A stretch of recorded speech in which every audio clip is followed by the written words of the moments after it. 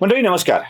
देशाचे पंतप्रधान नरेंद्र मोदी यांच्यावरती आजकाल कोणीही टीका करू लागलाय. कोणीही म्हणजे झालंय काय खरं सांगू का? कोणी टीका करण्याचं कारण असं आहे की या सगळ्यांना आपली लढाई मोदी या नावासोबत आहे असं वाटतंय.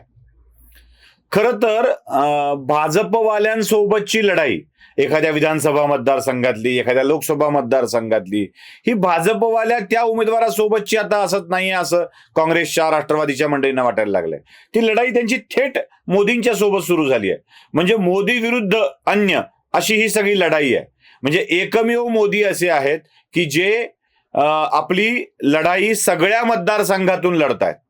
अशी सगळी स्थिती दिसत आहे आणि त्याच्यावरून या सगळ्यांचा मोदींवरचा राग देखील आपल्याला बघायला मिळतो आहे. या सगळ्यामध्ये मोदींच्यावरती टीका करण्याचं प्रस्थ एवढं वाढलंय की त्या प्रस्थामुळं कोणत्याही उठसूट कोणत्याही विषयात मोदींवरती भाष्य करण्याची एक नवी सवय जडवून घेतलेली आहे. म्हणजे आजवर असं होतं की कोणीही असं म्हणायचे की पवारांच्यावरती टीका करायची, पवारांच्यावरती टीका केली की फोकस मिळतो. लोक आम्हालाही म्हणतात ना की तुम्ही पवारांवर का बोलता, प्रसिद्ध होता येतं म्हणून. मला त्यांना सांगायचंय तुम्ही आता मोदींवर का बोलता, तर प्रसिद्ध होता येतं म्हणून. कारण ह्या सगळ्या मोदी हा विषय असा होतोय ना की आजवर लोकांचं मोदींवरती प्रेम होतं, आजवर लोकांच्या मनात मोदींविषयी आस्था होती. आता हे प्रेम, ही आस्था, ही आपुलकी श्रद्धेकडे बदलत चालली आहे आणि म्हणून त्या श्रद्धेवर आघात करण्याचा प्रयत्न वारंवार होतोय. राष्ट्रवादी काँग्रेसच्या भावी अध्यक्षा सुप्रिया सुळे, बरोबर बोललो ना मी, म्हणजे त्याच असतात म्हणून, म्हणजे उगा असं नवीन नाव कुठलं उगाच अजित पवार वगैरे असं यायला नको. तर राष्ट्रवादी काँग्रेसच्या भावी राष्ट्रीय अध्यक्षा सुप्रिया सुळे यांनी मोदींच्या वरती टीका केलेली आहे. त्या म्हणाल्या मला मोदींची चिंता वाटते. आता सुप्रिया सुळेंना मोदीची देखील चिंता वाटू लागली आहे. यात बरंच काही आलंय. एक मातृहृदय आहे, त्यामुळं कुठल्याही स्त्रीला अशा स्वरूपाची चिंता वाटत असते. त्याविषयी गैर वाटायचं काही कारण नाहीये. खास करून नरेंद्र मोदींची मुंबईमधली विराट अतिविराट सभा पार पडल्यानंतर सुप्रिया सुळेंची मोदींच्या विषयातली चिंता अधिकच गडद होत चालली आहे. आता ही चिंता मोदींची आहे की मोदीमुळे आहे हे स्पष्ट होईल. सुप्रिया सुळे मोदींच्या बाबतीत काय म्हणाल्या ते आपण आधी ऐकूया. म्हणजे मलाही मोदीजींची कधी कधी काळजी वाटते, कारण का म्हणजे ग्रामपंचायतीपासून देशाचं कुठलंही इलेक्शन असेल तर विचारा मोदीजींना धावपळ करावी लागते. पण अर्थातच ते पण खूप कष्ट करतात पक्षासाठी. त्याच्यामुळे मला असं वाटतं मोदीजींशिवाय त्यांच्याकडे पर्याय नाही. ऐकलं, निवडणूक कोणतीही असो, सरपंच पदापासून ते लोकसभेपर्यंत भारतीय जनता पक्षाला दुसरा कुठला नेता दिसतच नाही, सापडतच नाही. म्हणून एकमेव मोदी यांना महाराष्ट्रात, भारतात सगळीकडं प्रत्येक निवडणुकीत जावं लागतं, तिथे प्रचार करावा लागतो आणि मग भाजपला यश मिळतं. दुखणं कुठे आहे? भाजपला यश मिळतं यात आहे की भाजपचे नरेंद्र मोदी प्रचाराला येतात यात आहे की मोदींनाच यावं लागतं यात आहे की मोदींच्या शिवाय दुसरा कुणी नेता नाही यात आहे? उलट तुम्हाला आनंद वाटायला हवा ना की मोदींच्या शिवाय कुणी नेता नाही आहे, एकट्या मोदी नावाचा नेता आहे. आनंद वाटायला हवा. चिंता कसली? बरं, मोदी प्रत्येक निवडणुकीत येतात, जिंकतात. ते येतात, ते पाहतात, ते जिंकतात, ते निघून जातात.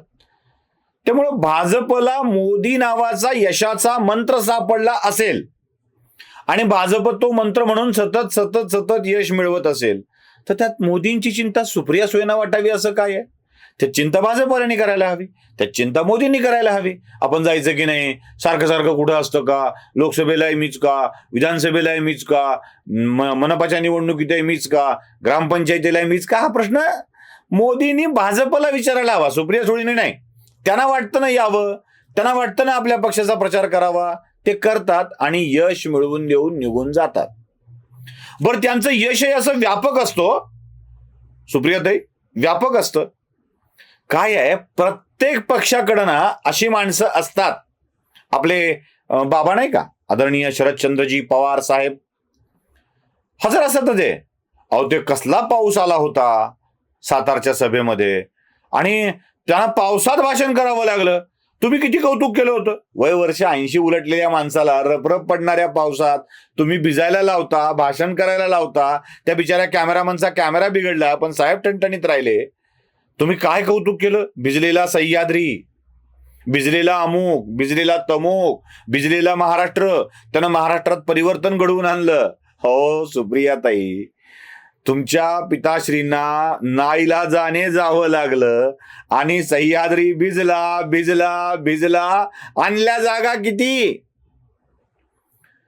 मोदींनी न भिजता महाराष्ट्रात 105 107 आणल्या आणि त्याच्या अर्ध्याही जागा भिजलेल्या सह्याद्रीला आणता आलेल्या नाहीत. मोदीच्या 50% सुद्धा. एकट्या शरद पवारांच्या जोरावर राष्ट्रवादी काँग्रेस पक्ष चालतो. त्यावर कोणी चिंता व्यक्त करी का? आम्ही कधी म्हणलो का तुमच्यावरच चाललंय? उलट आम्ही सांगतो तुमच्यावरच चाललंय, तुमच्यावरच चाललंय, तुमच्यावरच चाललंय. निवडणुकीत वयाच्या 80व्या वर्षी सातारच्या सभेत भाषणाला उभा टाकावं लागावं, चिंता मोदींची नको सुप्रियाताई, चिंता आपल्या पूजनीय पिताश्रींची करा. आठवतंय का सुप्रियाताई, काही दिवसापूर्वीच ते शिर्डीमध्ये कार्यकर्त्यांचं एक अधिवेशन झालं होतं, आठवतंय?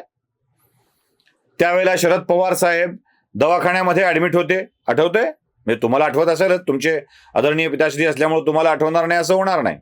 जेव्हा त्यांना दवाखान्यातून थेट शिर्डीत कार्यक्रमासाठी आणलं होतं, थेट शिर्डीत, हाताला त्या पट्ट्या बांधलेल्या होत्या, ते असं करून बोलत होते, काय बघवत नव्हतं ते पवारांची ते स्पिरिट म्हणून तुम्ही समोर आणलं होतं. पण आम्हाला खरं तर एवढ्या मोठ्या माणसाला दवाखान्यात आराम करायचं सोडून देऊन व्यासपीठावर हजर राहून कार्यकर्त्यांमध्ये जोश भरावा लागत होता. पवारांच्या शिवाय असा जोश भरू शकणारं कुणी राष्ट्रवादीत उरलं नव्हतं की काय, हा प्रश्न होता. अजित पवार कुठतरी गेले होते निघून, ते कार्यक्रम होता म्हणून, अरे मी कुठं चाललोय का, मी इथंच आहे, मुतायला पण जायचं नाही का, असं अजित पवार म्हणाले होते. आठवतंय तुम्हाला सगळं? म्हणजे अजित पवारांना भाषण करू द्यायचं की नाही, तुम्ही करायचं की नाही, हे सगळे वाद झाले होते.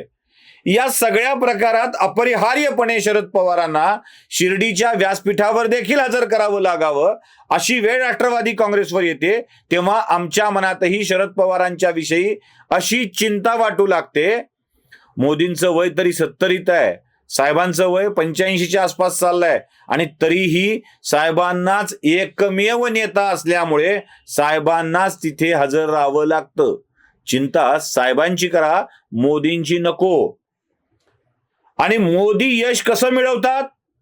आले तरीही स्वतःच्या जोरावर 2/3 मेजॉरिटी संसदेत, स्वतःच्या जोरावर, स्वतःच्या प्रचाराने 9 राज्यात सत्ता, स्वतःच्या जोरावर वेगवेगळ्या राज्यात जिथे सत्ता येणं शक्य नाही अशा ठिकाणी सत्ता, उत्तर प्रदेशाची परंपरा मोडून टाकून दुसऱ्या वेळेला सत्ता. आता मोदी 10 वर्ष पंतप्रधान झाल्याचं रेकॉर्ड क्रिएट करतील. कदाचित पुढची एक टर्म हातात घेऊन तेच मोदी पंडित जवाहरलाल नेहरूंचं रेकॉर्ड देखील मोडतील. यश याला म्हणतात. एकट्याच्या जोरावर काम करणं याला म्हणतात. याची चिंता वाटत नसते. त्या व्यक्तीची चिंता करायची गरज नाही आहे. चिंता करायची तर आपल्या साहेबाला हे यश कसं मिळालं नाही याची करा. राष्ट्रवादी काँग्रेसच्या लोकसभेतल्या सर्वोच्च जागा 8, राष्ट्रवादी काँग्रेसच्या लोकसभेतल्या सर्वोच्च जागा 8 आणि आत्ता आल्या 4. एकटा कितीही फिरला तरी एकटा टायगर होत नाही हे सिद्ध करणारी ही संख्या आहे. राष्ट्रवादी काँग्रेसच्या विधानसभेतल्या सर्वोच्च जागा अजून तरी 500च्या पुढे गेल्या नाहीत. भारतीय जनता पक्षाने विधानसभेत 100 क्रॉस 2दा केलेली आहे. याला म्हणतात यश. सुप्रियाताई, अजून सांगून ठेवतो, जेव्हा जेव्हा शरद पवारांच्या नेतृत्वात काँग्रेसनं महाराष्ट्रात निवडणुका लढल्या तेव्हा तेव्हा काँग्रेसच्या जागा झाल्यात कमी. पुलोचं सरकार पडल्यानंतर पुन्हा शरद पवार काँग्रेसमध्ये आले राजीव गांधींच्या उपस्थितीत, त्यानंतर जागा झाल्या कमी. पुढे 1990च्या निवडणुकीत जागा झाल्या कमी, बहुमत गमावलं आणि 94च्या 95च्या निवडणुकीत तर सत्ताच आजची गेली. हे तुमच्या साहेबांचं एकट्याच्या जीवावरचं यश.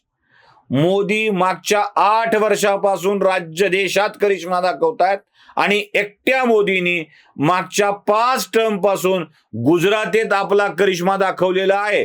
त्यामुळं मोदींची चिंता करणं सोडा, मोदींच्यामुळे जी चिंताजनक स्थिती आता आपली आलेली आहे त्याचाच विचार करायला लागा, एवढंच सांगायचं आहे. नमस्कार.